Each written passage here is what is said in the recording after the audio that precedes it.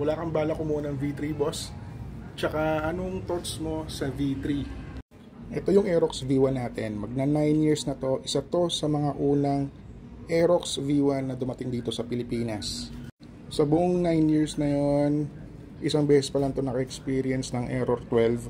Tapos ang isa pa sa major issue na nangyari is nagkaroon ng loose compression. So nung binaba yung makina niyan, pina-engine refresh ko na. Around 20,000 kilometers pa lang yung tinakbo niya nung nangyari yun.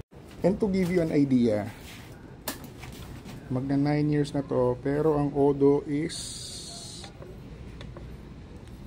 24,507 pa lang ang natatakbo nito.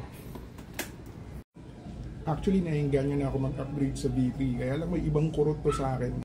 Kung napanood niyo yung mga previous videos ko, isa ako sa sinuwerte na nakasama sa event ng Yamaha Philippines nung in-unveil nila to secretly sa Clark.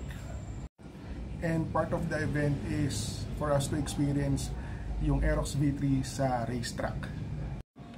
Sa power, ramdam mo yung difference niya comparing sa version 1 na stock. Talagang iba yung power delivery niya. Yung handling, yung riding position, the same naman. Ang nagamit ko sa track is yung V3 na standard. Regarding the Aerox SP, hindi ko siya nasubukan pero nakapag-test ride na ako ng NMAX, TechMax, kaya medyo mahirap i-justify na mag-upgrade to V3 pero I'm eyeing.